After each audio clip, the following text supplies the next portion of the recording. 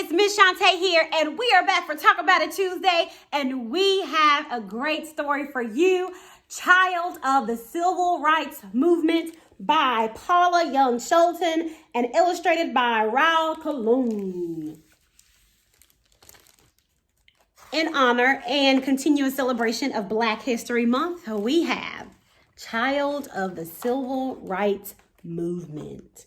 Going home, Mama was from Alabama and Daddy was from Louisiana. The Deep South. They have been called bad names, treated badly, told you can't do that just because of the color of your skin. They grew up with Jim Crow laws that said Black people had to sit in the back of the buses, the last car on the train, the balcony of the movie theater, laws that said Black people couldn't vote.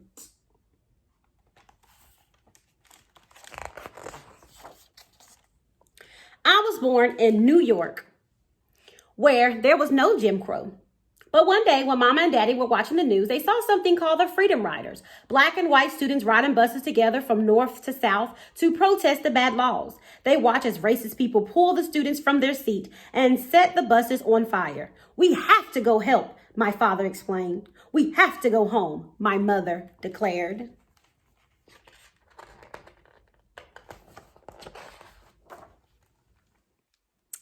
So Mama and Daddy packed up their 3 little girls, Andrea, Lisa, and me, and we went back to Georgia, back to Jim Crow, where whites could, but Blacks could not. Back to the heart of the Civil Rights Movement. My first protest. In our new home in Atlanta, Jim Crow was everywhere. At first, I thought Jim Crow was a big black crow that squawked wherever a Black person tried to go get a good seat. Call, call. You couldn't sit there. But really, he was a white man who lived long ago. He painted his face black and made fun of African Americans. He didn't sound very nice to me. I guess that's why they named the laws after him, because they weren't nice either.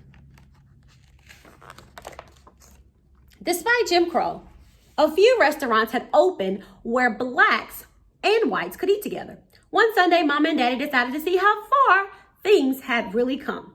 So after church, we went to have brunch at a brand new Holiday Inn restaurant. We stepped into the fancy lobby with chandeliers hanging from the ceiling, and we asked for a table, but they wouldn't let us in. We looked at all the empty tables with white tablecloths and few with white faces that stared at us in horror. All we wanted was to sit down and eat. I was so hungry that I started crying, but they wouldn't let us in. My baby's hungry, Mama said. While I kept crying louder and louder, Mama and Daddy didn't even try to stop me. They simply sat me down and let me cry. And did I ever? I screamed at the top of my lungs, my very first protest, my own little sit-in. But still, they wouldn't let us in. Uncle Martin. Uncle Martin had a big, broad smile and eyes that twinkled. Come here, girl, he'd say whenever our family would meet at one of those only pools for African Americans in Atlanta, the Ollie Street YMCA. Are you ready to get in that water and teach me how to swim? Run! I would run as fast as my skinny little legs would carry me. Run and leap. Leap into the wide open arms and fly. Fly as he threw me high in the air. No! I would scream and laugh, and my arms clasped tightly around his neck as he pretended to throw me in. But Uncle Martin wasn't really my uncle. Not by blood anyway. We were close because our fathers worked together. Close because our mothers worried together. Close because we all struggled together. Close because we were brought together for a common goal, for a common good. We were one family, the family of the American Civil Rights Movement. The Civil Rights family. Like all families, we had dinner together, and since there were a few restaurants that served African Americans, we often eat at friends' houses. We might walk around the corner to Uncle Ralph's and Aunt Juanita's, or go to Uncle Martin and Aunt Coretta's, or everyone would have to come to our house.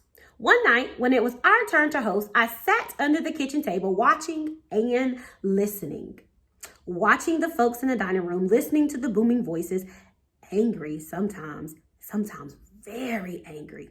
They were talking about Selma, Alabama, whereas in most cities in the South, blacks had been denied the right to vote. They were organizing a huge march to protest from Selma to Montgomery. They had already marched twice before, and twice before they'd been beaten back. With everyone trying to talk at once, I thought they sounded like instruments turning up before a concert. Blackwell, the professor, was like a trombone, so smooth, clearly presenting the facts. Hosea ambled around the table in his overalls, tooting like a tuba. I was in Selma last time, and we got to go back. Let's wait, Daddy said, the mellow saxophone of reason. I flinched when Big Orange stood up, his huge frame towering above everyone else. That ain't right, Andy, he boomed like a bass drum. We've got to go help these folks now.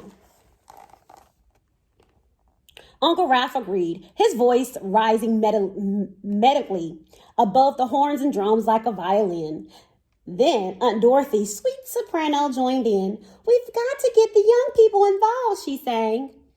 If we go on to the Vietnam to fight, they can fight at home. Mama's flute chimed in from the kitchen, reminding the men that the women would be the key to any march's success. Meanwhile, Uncle Martin sat silent and listened to the orchestra play.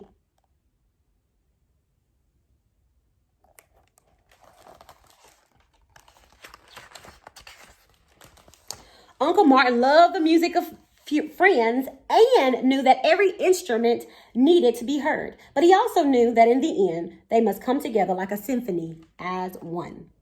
Paula, baby, Mama said, set the table. I slipped out from my hiding place, grabbed my napkin and fork, and bounced into the dining room, my nightgown fluttering behind me.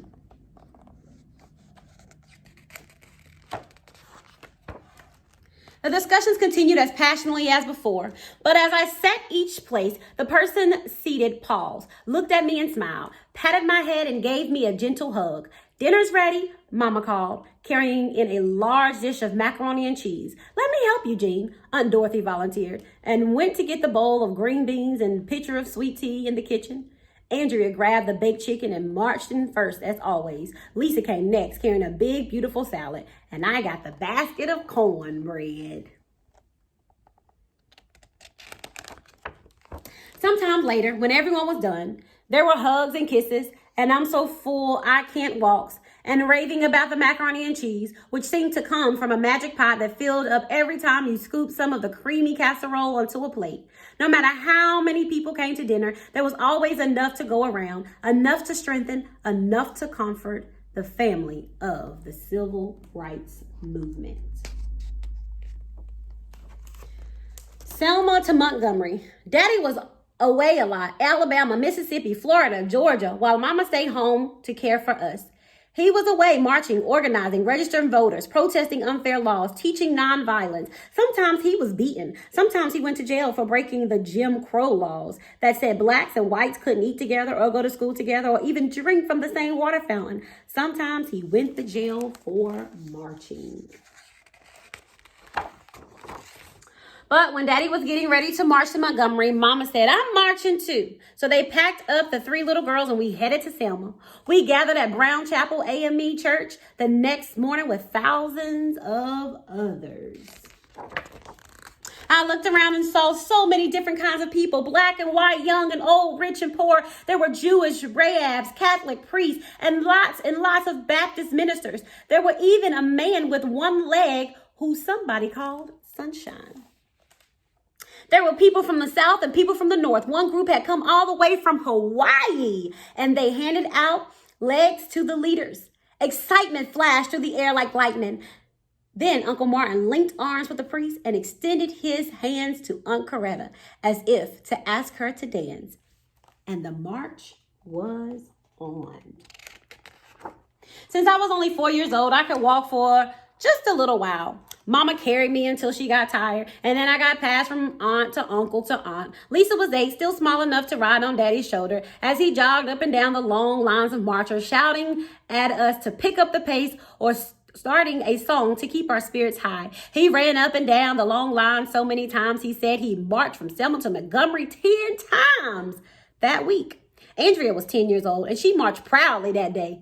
"Do you want to ride?" Mama asked, offering to put her in one of the cars that follow behind for old folks and young folks and just plain tired folks. "No, I want to march," she answered firmly.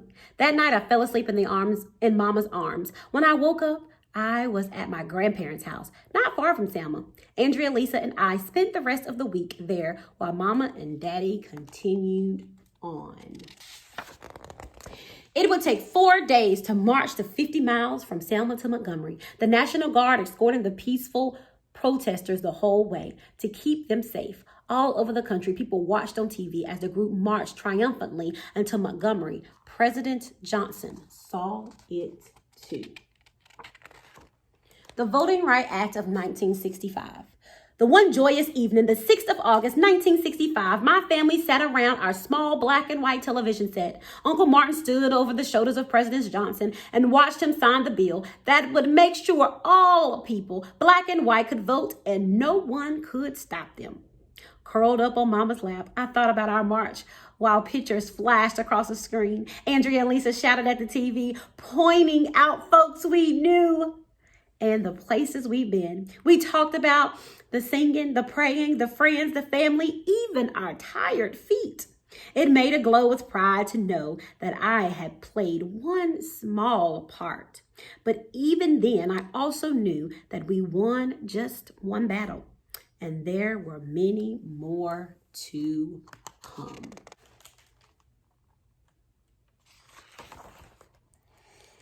And one day, when Mama and Daddy were too tired to march, too weary to carry us on their shoulders, too exhausted to fight another battle, the baton would pass to us, and we would march on, children of the civil rights movement. As always, Chase Champions, we hope you enjoyed this amazing story. Until next time.